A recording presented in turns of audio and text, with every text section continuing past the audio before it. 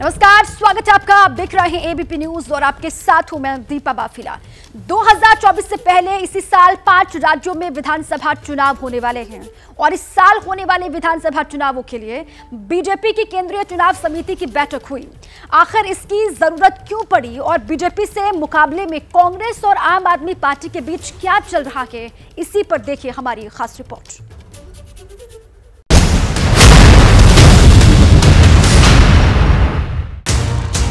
Meeting पर meeting,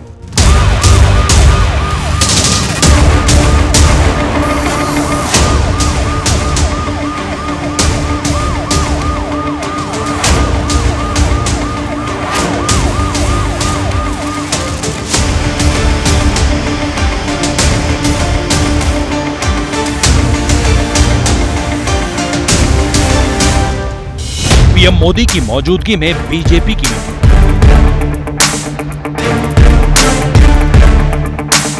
Rahul Gandhi की मौजूदगी में कांग्रेस की मीटिंग,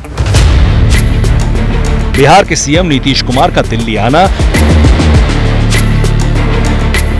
सबका एजेंडा एक लेकिन टारगेट दो।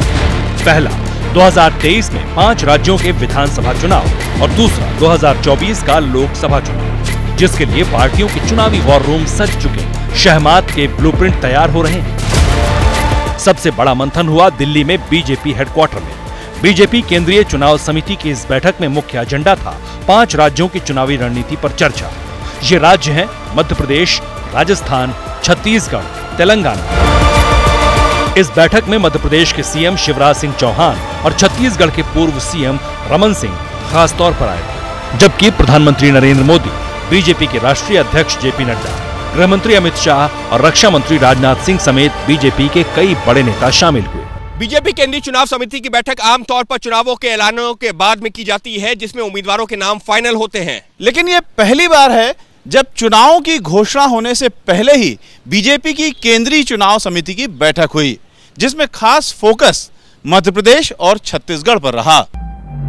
इस साल के आखिरी में होने वाले 5 राज्यों के विधानसभा चुनाव 2024 के सेमीफाइनल की तरह, इसलिए बीजेपी इन चुनावों में कोई जोखिम नहीं लेना चाहती। सूत्रों के मुताबिक बीजेपी का फोकस उन सीटों पर है जो बीजेपी की सर्वे रिपोर्ट में डी ग्रेड में शामिल है, जिन सीटों पर पिछले चुनाव में हार मिली थी या जिन सीटों पर बीजेपी कभी जीत ही नहीं पाई। फिलहाल तो मध्य प्रदेश में बीजेपी की चिंता यह है कि कांग्रेस भी उसी की हिंदुत्व वाली सियासी पिच पर खेल रही है। देखिए, बैन नहीं करेंगे, लेकिन बजरंग दल में कुछ अच्छे लोग भी हो सकते हैं, लेकिन जो गुंडा तत्व है, जो दंगा फसाद कराता है, ऐसे किसी भी व्यक्ति को नहीं छोड़ा जाएगा। ना दिग्विजय सिंह को, ना कमलनाथ जी को, इनको ना तो हिंदुत्व से लेना देना है, ना देश से लेना देना है, ना समाज से लेना देना है। ये तो वोटों की फसल काटने के लिए जब जो ठीक समझते हैं वो कहते रहते हैं, इनको किसी से लेना देना नहीं।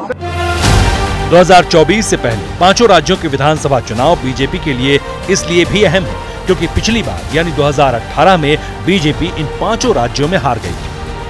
जहां बीजेपी का जोर इस साल के अंत में होने वाले विधानसभा चुनावों पर भी है, तो वहीं कांग्रेस 2024 की बिसात बिछा रही है। दिल्ली में कांग्रेस ने इस मुद्दे पर मंथन किया कि 2024 में दिल्ली में आम आदमी पार्टी के साथ गठबंधन किस तरीके से किया जाए। राहुल गांधी और मल्लिकार्जुन खड़गे ने दिल्ली कांग्रेस के करीब 30 नेताओं के साथ इस पर चर्चा की, लेकिन दिल्ली कांग्रेस के नेताओं के तल्ख बयान बता रहे हैं कि आम आदमी पार्टी को लेकर कांग्रेस में किस कदर मतभेद है।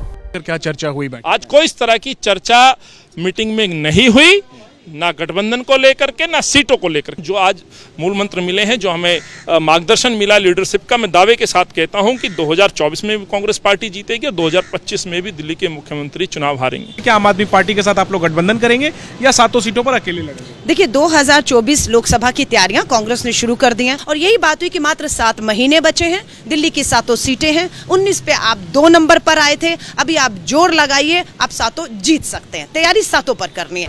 कांग्रेस के भीतर अभी तो आम आदमी पार्टी से सिर्फ दिल्ली में ही तालमेल पर मंथन चल रहा है। इसकी अहमियत समझिए।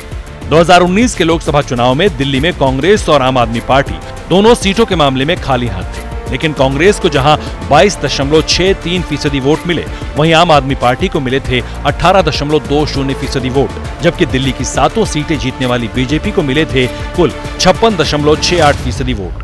यानी दिल्ली में 2019 के लोकसभा चुनाव में बीजेपी विरोधी करीब 41% से ज्यादा वोट आम आदमी पार्टी और कांग्रेस में बंट गए, जिसका सीधा फायदा बीजेपी को मिला। लेकिन आम आदमी पार्टी से हाथ मिलाने को लेकर कांग्रेस लीडरशिप में ऊहापोह भी कम नहीं, क्योंकि दिल्ली और पंजाब दो ऐसे राज्य हैं जहां आम आदमी पार्टी ने ही कांग्रेस को सत्ता से खदेड़ दिया था। यही नहीं, कांग्रेस को गुजरात में भी आम आदमी पार्टी के साथ समझौता करना पड़ा। आम आदमी पार्टी भी इंडिया गठबंधन का हिस्सा है। दिल्ली बिल में इंडिया ने आम आदमी पार्टी का साथ दिया था, लेकिन कांग्रेस लीडरशिप आम आदमी पार्टी को लेकर वेट एंड वॉच की स्थिति में है। सीट शेयरिंग पे चर्चा करेंगे, सब पार्टियों के राष्ट्रीय नेतृत्व आमने सामने बैठ के इस पे चर्चा करेंगे, तब पता चलेगा कौन सी पार्टी को कौन सी सीटें मिलती हैं। देखिए, बहुत छोटे छोटे नेता हैं जिनकी जमानतें एमएलए इलेक्शन तक में नहीं बची हैं, उनकी क्या वैल्यू। अनिल चौधरी और अलका लांबा ने दोनों की जमानत कहाँ बची, दोनों की नहीं बची, दोनों की मिला लो तो भी नहीं जीतेंगे। मैंने साफ शब्दों में कहा था कि आज की मीटिंग में इलेक्शन के बारे में कोई चर्चा नहीं हुई है। मैंने वो भी एक स्पष्टता दी थी कि ये गठबंधन के बारे में जो कुछ भी चर्चा होगी, इंडिया के बारे में होगी, वो खड़गे साहब के लेवल पे AICC अध्यक्ष के जो हैं उसकी जुरिस्डिक्शन में है। उसके बारे में कोई भी व्यक्ति बयान देने के लिए भी अधिकृत नहीं है।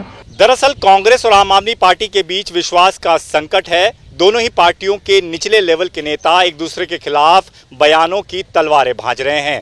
ऐसे में माहौल कुछ ऐसा बनता जा रहा है कि कहीं पार्टियों के बीच पैचअप की जगह ब्रेकअप ना हो जाए। इसका मतलब यह हुआ कि आम आदमी पार्टी को लेकर कांग्रेस फूंक फूंक कर कदम बढ़ा रही है। ऐसे मौके पर बिहार के सीएम नीतीश कुमार का दिल्ली आना एक अहम घटनाक्रम है। देखिए, मिशन 2024 की तैयारी विपक्ष भी कर रहा है। विपक्षी गठबंधन इंडिया की अगली बैठक 31 अगस्त और 1 सितंबर को मुंबई में होने वाली है, लेकिन इस बैठक से पहले महाराष्ट्र की सियासत में हलचल तेज हो गई है। विपक्षी खेमे में खलबली है और इसकी वजह है शरद पवार। महाराष्ट्र में महाविकास अघाड़ी के जरिए बीजेपी को सत्ता से दूर रखने वाले शरद पवार को लेकर अटकलों का बाजार गर्म है। सवाल पूछे जा रहे हैं कि 2024 में पवार क्या विपक्ष के सूत्रधार बनेंगे या फिर बीजेपी के मददगार।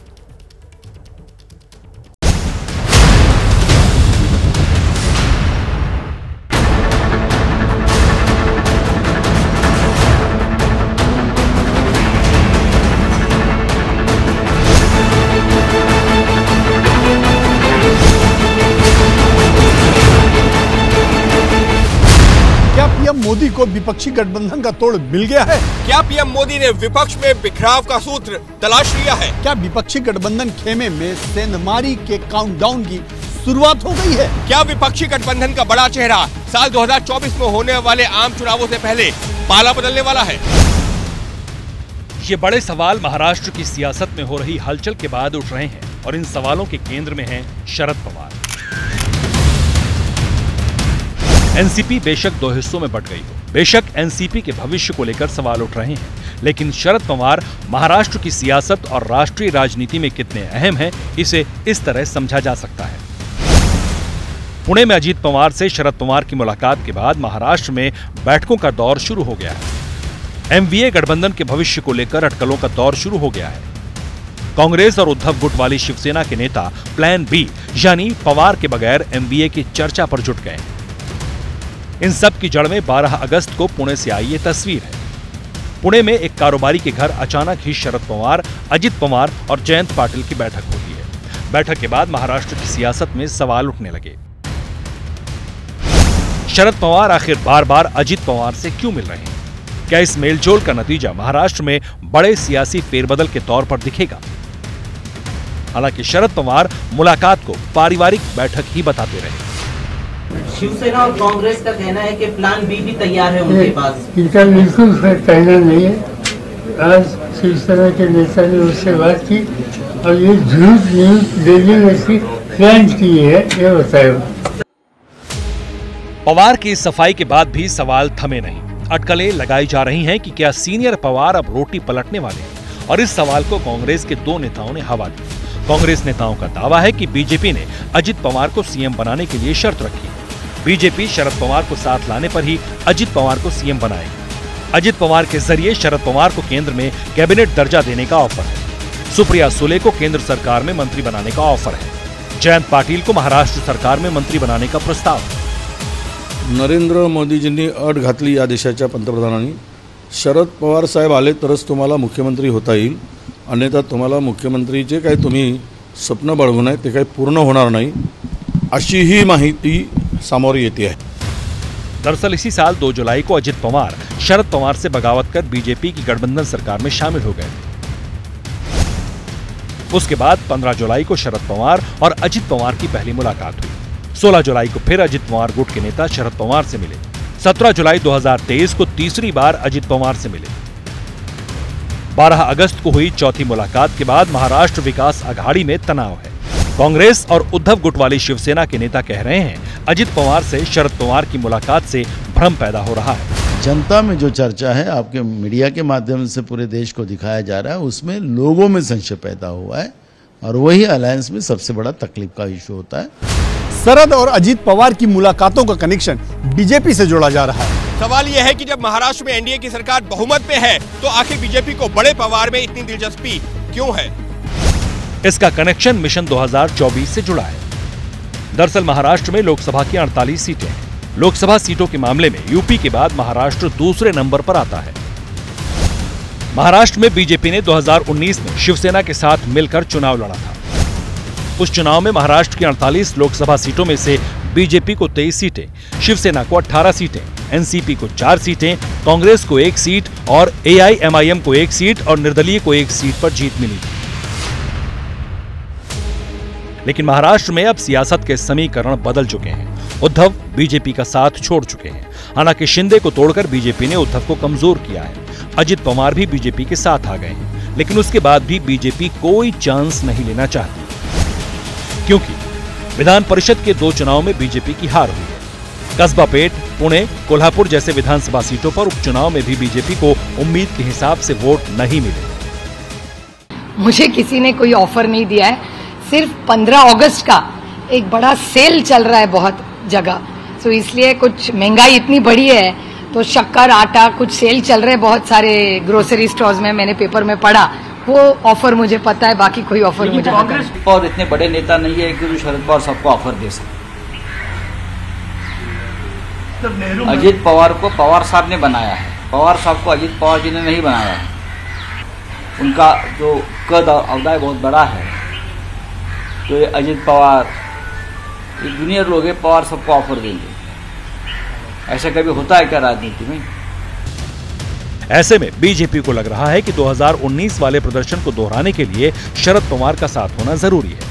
हालांकि बीजेपी के साथ जाने की अटकलों को पवार खेमे की तरफ से बार बार खारिज किया जा रहा है। फिलहाल पवार खेमे की तरफ से बीजेपी से किसी भी तरह के रिश्ते से इनकार किया जा रहा है, लेकिन पवार की पॉलिटिक्स समझना किसी के लिए भी एक बड़ा रहस्य रहा है।